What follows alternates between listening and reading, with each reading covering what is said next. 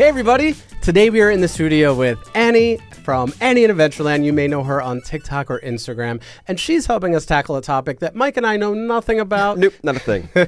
Which is what it's like having a baby in Denmark.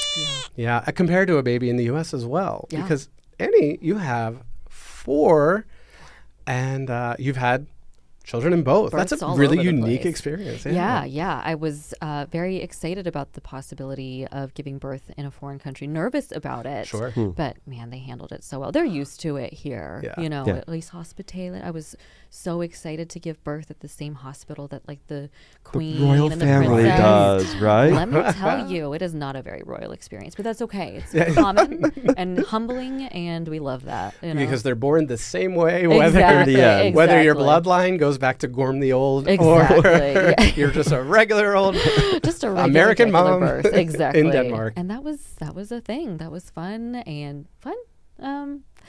Right. It was a thing. Yeah. My children have been born, and I love that. That's what matters. Yeah. So we'll talk through a few of the different things and maybe compare how they're different between the Yeah. Danish and the American experience. Perfect. Maybe just start with kind of the planning process. Like what's different about as you kind of before you have the actual birth happening, about Yeah. planning for opportunities for support, for fertility support, things like that. Yeah. How are the differences between the two? Yeah, I got a lot of support. I didn't have to go the route of IVF, but I did have trouble conceiving my 4th kid, and because she was my 4th, they were like, well, you kind of know what you're talking about. We're going to get you the specialist that you need. I saw a gynecologist who was able to diagnose me right away, get me a very low intervention solution to the issues that I was having. And I was just really glad everyone was very supportive. I assumed that with the healthcare system that we have here, they'd be like, You want to have another kid? you know, but everyone was like, we're going to help you like achieve this. This is your personal goal. We're going to help you achieve it. And so I was really glad for that. And that, went on all throughout the pregnancy. And then, even things from like an emotional and mental health standpoint, I got a lot of support with that. I was very nervous about giving birth in a foreign country, even though I was excited about it. I got a lot of reassurance there. I was just offered so many solutions, and it was a very holistic experience in that they really helped me tackle everything from the physical to the mental and the emotional aspects of birth and pregnancy. What about all the pre-birth visits? Was that on a similar timeline and It was function? quite similar. I ended up having quite a few because I did end up having an intrauterine growth restriction that was diagnosed when I was about 27 weeks pregnant. So before that, it was all quite normal. Maybe on the later side, I would say, I think my first visit was like at 14 weeks, where in the US, maybe it would have been at 8 weeks. Okay. So then I had this 14-week visit, and they're like, oh, it looks like you might be having a girl. So then I was like, oh, I got to figure out if she's right or not. So then you have the option of booking additional scans. And so I did that. And did discover that I was having a girl at 16 weeks pregnant, so that was very cool. Once you got past that 14-week, it was pretty typical with the scans and everything. But then when it was determined that I had this intrauterine growth restriction, I was at the hospital probably every week for like a stress test for the baby and a scan just to determine that she was getting the nutrients that she needed, and she was not. And that's okay. I got the utmost care. Everything is fine. Now she's healthy. We love that. And speaking of care, I know one of the things that happens here in Denmark is you get put into a mom support group in there. Was that experience different from when you had your first 3 kids in the U.S.? Yeah, so that is not an option in the U.S. You got to figure it out on your own. You know what I'm saying? But by the time I had my daughter, I was like, I feel like I kind of know what I'm doing. So I opted to not do a mom's group. I have actually a lot of friends that gave birth around the same time as me. My soon has Plaiska, who was the visiting nurse who comes afterwards. She agreed that's probably fine, honestly. And I'm just really thankful that it is an option for people, because I can only imagine, as especially if I was a foreign, an immigrant in a country giving birth for the first time. That's something that I would really need. I could have definitely benefited from it when I had my first, even in the U.S. Sure. Yeah, I was gonna say, is there anything that mirrors that in the U.S., or is that something you kind of just do on your own from family, friends? And, you kind of have to figure maybe it out on your online own. sourcing. I was the only person that I knew that had a baby. I was a member of like a Facebook group at the time, and that was quite helpful. But there's something so valuable about having friends or just people that you know that give birth around the same time as you. It's really hard to describe, but it's just so life-giving, you know? Yeah.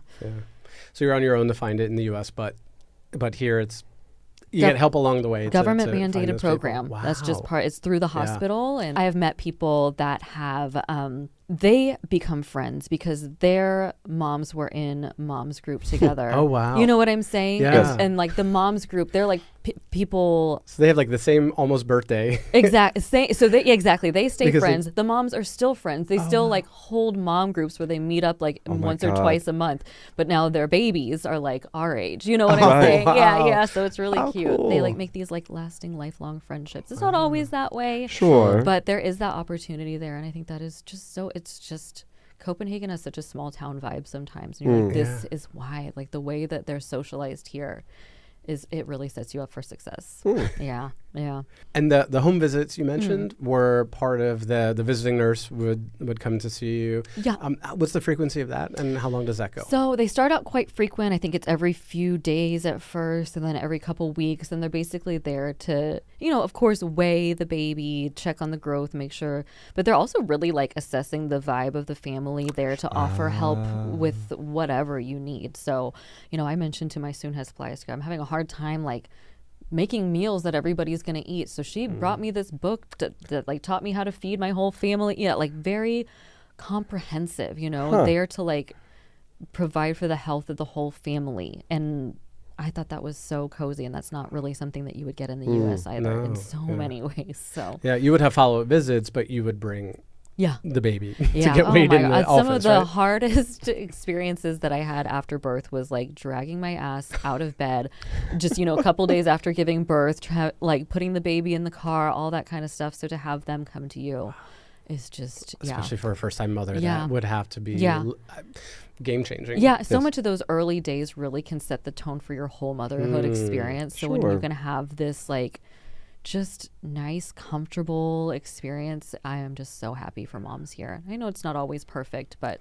I hope that people are getting what they need here. And it seems like they are. Yeah. That's awesome. And one of the things I think Denmark is well known for is having very generous parental leave. How is the difference in your experience on how parental leave was treated in the U.S. versus Denmark? Yeah, it's definitely treated like a given here, right? Whereas in the U.S., maybe you would get it, but you're lucky to have it.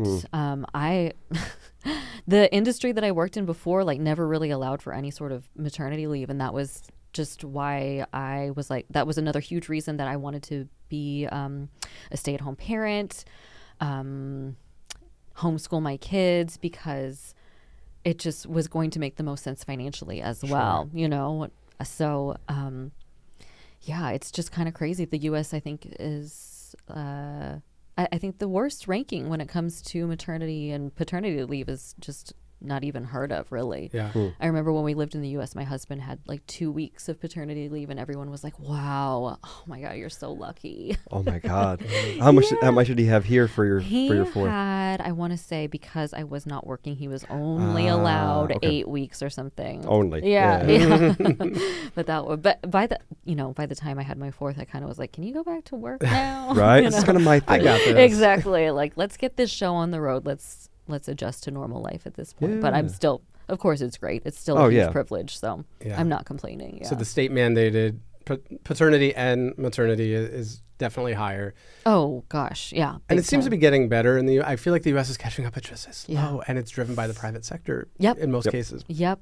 It's just such a crazy thing, and it's really interesting to see how it has affected our choice to have as many kids as we've had, how much it's affected our careers and where we could be versus where we are now. But thankfully it's all come out in the wash. We're both in really good places career-wise, and I'm thankful for that. But it was by no favor of the U.S. paternity, maternity leave situation, that's for sure. And then, of course, down the line, eventually daycare comes into the picture too, right? So how did that work here, and when did she make the transition to so daycare? I was really hesitant to send my daughter to daycare. I actually didn't. We moved here when my youngest son was 9 months old, and I really had a hard time letting go of that role of being the only caretaker for my kids. And so I never sent my son to daycare. And looking back, I regret that because I was so stressed out. I had just no other care for my kid. If I needed to go to the doctor, he was coming with me. If I needed to do anything, he was coming with me. And, you know, kids just get to a certain age where it's just not fun for anybody to have them in these settings. You know what I'm saying? I would like take him to the bank. They're like, well, why is he here? And I'm like, that's valid. You know? Right. Right. And, you know, it kind of makes it sound like it's unfriendly towards kids here, but we have these systems set up that like have the best possible solution for these kids, these environments where these kids are going to thrive and acclimate. And anyway, so. And it is family focused. The idea that it is, even if you're a stay-at-home parent, that you have that time to do the things that run the household 100% without childcare interfering with your ability to go in, grocery shop and bank and exactly those things. And it took a lot for me to realize like I can't provide everything for my kids. It does take a village, especially as an international mom who wants. I want my kids to acclimate to the culture and give them the best start. So I don't know all the traditional Danish dishes. I can't teach my daughter Danish. So, you know, I was thinking maybe I'll just wait to send her to Barneheo, which is what they start when they're 3 years old. And then I'm starting to realize like she wants to be social. She's not going to know the language when she starts. My kids eat better when they're at school than they do when they're at home. And so I noticed her starting to pick up some like picky eating tendencies. So I'm like, let's get this girl to school so she can be exposed to all kinds of things, the language. And it ended up being so much cheaper than if I were to have like a private nanny or something like that. No shade to private nannies. I'm thankful for you guys too. But for us, it just, you know, I can fit in my work and all of my appointments and things during her school hours. I'm going to do that, or her Focus 2 hours. I'm going to do that, and she's going to reap the benefits as well. So I remember a family that we met early in our time here. They've since left Denmark, but they were here for an expat assignment, so maybe 3 years or something. Our friend, she was not able to work while she was here. She was a nurse, and you know, the language you really need. So, but their child they put into daycare, and she said like I had a lot of guilt about it because I felt like. Kind of like you alluded to, like, this isn't what I'm supposed to do, and this is I could be home with my child. I'm the best one to be with it. And then she realized, like, no, there's nothing to feel guilty about. I'm the best one to be this person's mother. And correct. All the time that I am with my kid, I am the best person for that job. But like I said, I can't teach them. I also need some place to put this kid while I'm cleaning the house. Yes. You know? And that's what she said. I have things to do. I'm doing work while my spouse is working. It's so much work. We do need childcare. It's crazy that there's this implication that there's like freedom while your kid's at school when you're just like basically like resetting the stage for when they come home. Right. So they can mess it up again. Exactly. That's a necessary part of life. Exactly. It just is what it is. So I'm so thankful for that resource. It's subsidized, it's reasonable, and it's such a huge resource for us. So I'm so thankful for it. That gets, I think, into a little bit of that peer pressure that maybe we feel of comparing ourselves to the way others parent. I know from experience and family members and friends in the U.S. that that's something that they sometimes feel. How has that been different for you, adjusting to maybe comparing yourself? I just don't do it anymore. I love that. I just don't do it. It's so nice. And I didn't even realize how much of like a one-up game there was in the U.S. in terms of when you're just hanging out with your mom friends, what that looks like. Oh, my kid can do this. So I can do this. This is what our birthday party is going to be like. Whereas here it's like, just get a keg man and, you know, a table flag and call it a day. And everyone has a great time, you know? So yeah, the comparison, it's pointless, and I don't do it anymore. And I don't know if that's just come with age, experience, all that kind of stuff, but it's just so relaxing. Hey, the fourth child, right? Whatever. Obviously, we're going to figure it out. Right. You know, just. But you do feel like some of that's cultural as well. Oh, for sure. Yeah. I think the Danish approach is very just, you know, keep it as simple as possible and just enjoy the people that you're with. And I definitely I think that is what everybody wants. I think that is what Americans want. But yeah, the consumerist culture there really trips everybody up. And I you know, I totally get it. keeping it simple and Yeah. loving your kids, and that's Yeah. I'm so glad that's to do true in that. both countries. Exactly. It's what everybody wants. But there's not a competition. It's just, Exactly. are your kids happy? Are you happy? Are Yeah. they adjusted? Are you making good humans? Yeah, Yes. exactly. Are we teaching them to treat others kindly? And that is Yes. the main focus. And that's the main focus of everybody here, I think. Yeah. Yeah. I love that. Yeah. Good. And whether we're talking about children and making sure that they're happy, or even in love and relationships, there's a lot of things that Denmark can teach us about how to be happy and how to get love and relationship advice. And there's a video right here that you can watch if you want to understand those things that Denmark can teach you about happiness and love and relationships that you can watch right here. Thanks for watching, everybody. Thank you, Adi. Yeah. That's Yes. awesome. Hi. Hi.